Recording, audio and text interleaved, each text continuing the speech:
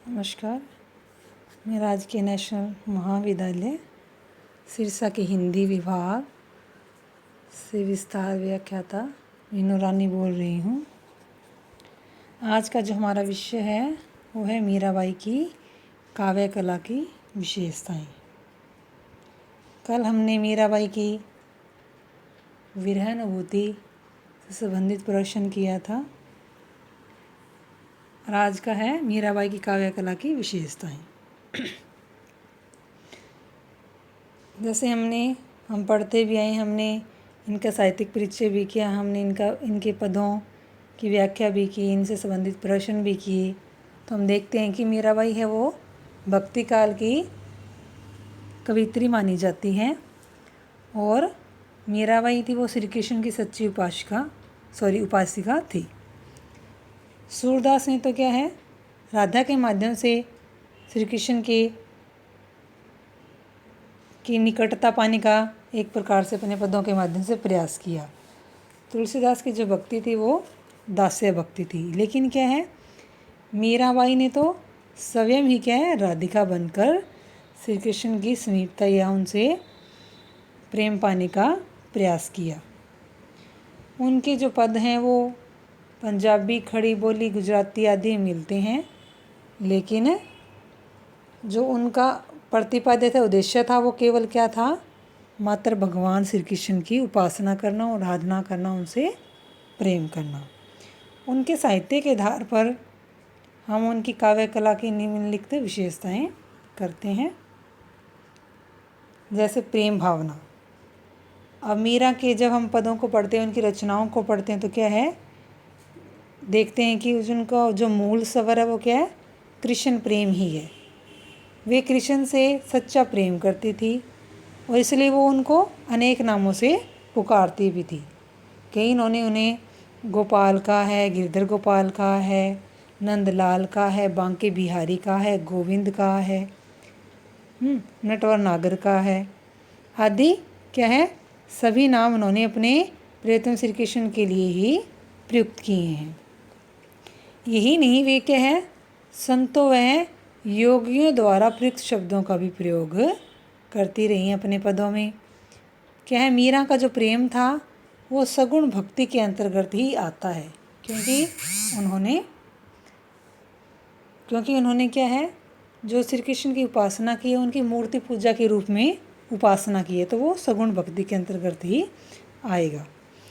उनके जो आराध्य थे, जो प्रियतम लीलाधारी थे, भगवान श्री कृष्ण ही थे। उनके जो प्रेम है हम संयोग और वियोग दोनों पक्षों में देख सकते हैं, यानी कि देखे जा सकते हैं।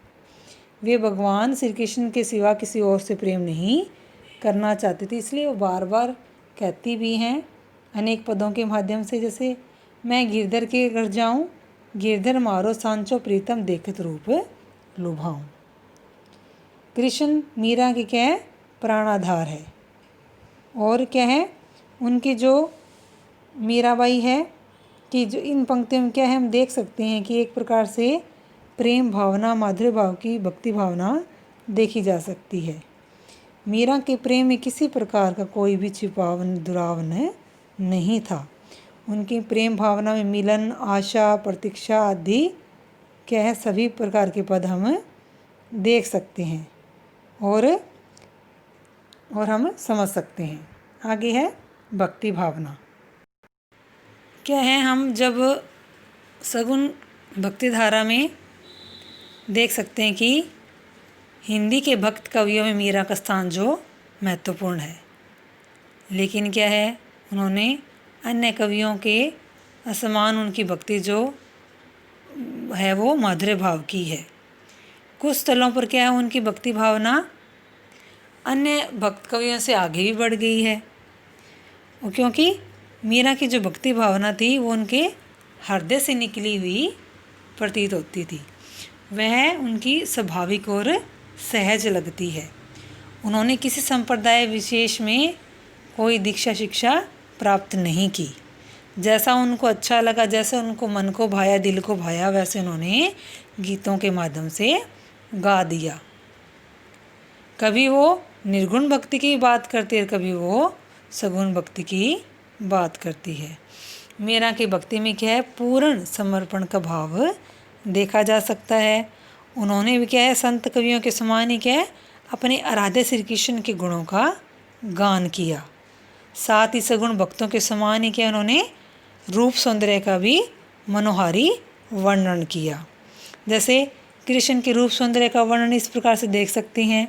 मारो प्रणाम बांके बिहारी जी, मोर मुकुट माथा तिलक बिराजा, कुंडल अलंकारी जी, अधर मधुर धरवंशी बजावा, रीज रिझावा ब्रजनारी जी, या छप देखा मोया मीरा मोहन गिरवर धारी जी।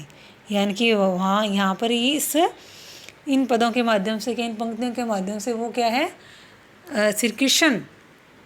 श्री कृष्ण के एक प्रकार से उनकी छवि, उनके रूप सौंदर्य का वर्णन कर रही है।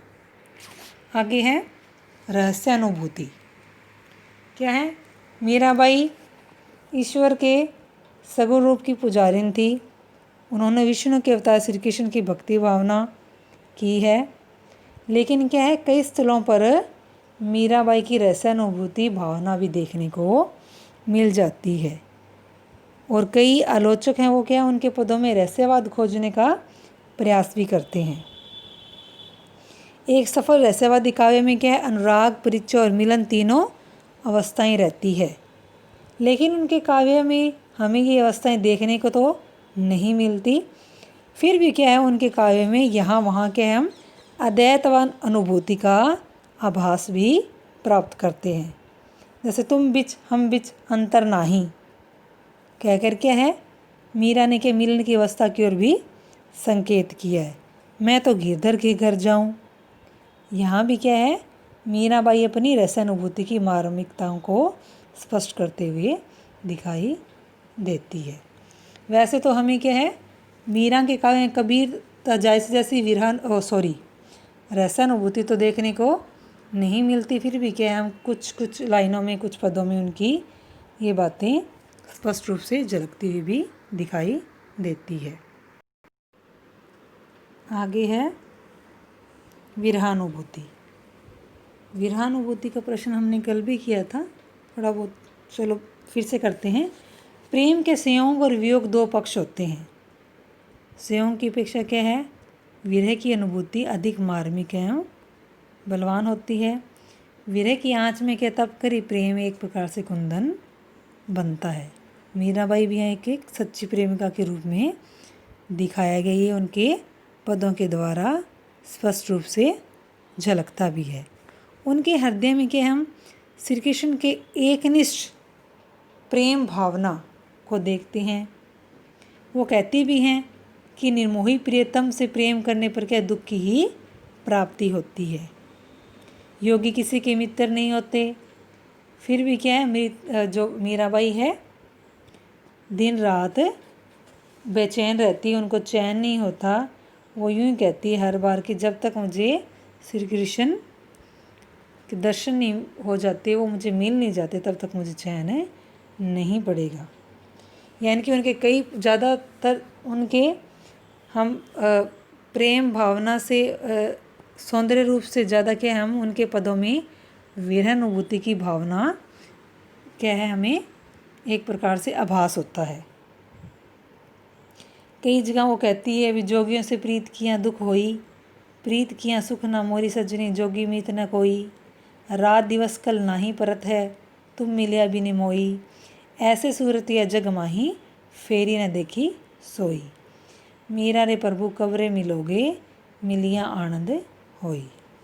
यानी कि हर जगह वो ज़्यादातर अपने पदों में क्या है, वो मीराबाई श्री कृष्ण को एक प्रकार से सच्चे प्रियतम के रूप में पुकारती रहती है, दुखी होती रहती है और विरह की अग्नि में जलती रहती है। और कई जगह वह कह भी उठती है, जैसे मारो घर आओ सुंदर श्याम, तुम आया बिन सुध नहीं मेरी, पीरी परी जैसे पान, मारे आसा और न स्वामी एक तिहारो ध्यान, मीरा के प्रभु बेग मिलो अब, रोसो जी मेरी मान। आगे है गीति तत्व की प्रधानता। मीराबाई को हिंदी की श्रेष्ठ कवियत्री गीतिकार के रूप में कहा जा सकता है। नारी गीतिकार के रूप में उनको एक प्रकार से नाम दिया जा सकता है। उनके सभी पद क्या हैं? अनेक राग रागनियों से भरे पड़े हैं। उनके जो अनेक पद हैं वो विभिन्न राग रागनियों से में रचित हैं। उनके काव्य में क्या है? गीति काव्य के सभी तत्व मिलते हैं, जैसे आत्मा अभिव्यक्ति, अनुभूति की तीव्रता, भावों की एकता, संक्षिप्तता, संगीतात्मकता आदि। उनके गीतों में क्या है? एक प्रकार से अनुरागमयी तथा विषादमयी दोनों अनुभूतियाँ अभिव्यक्त हुई हैं।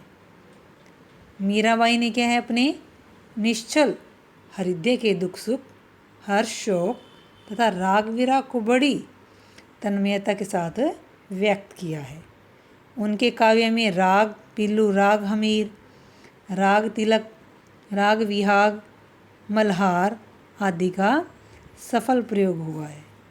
जैसे पग बांध घुंघरिया नाचीरी, लोग कहाँ मीरा बावरी, सासू के यहाँ कुल नासीरी, बिखरो यानी कि विशरो प्यालो राणा भेजा, पीवा मीरा हंसीरी, तनमण वार्या परी चरणामय, दर्शन अमृत प्यासरी, मीरा के प्रभु गिरधर नागर थारी शरणा आस्यारी।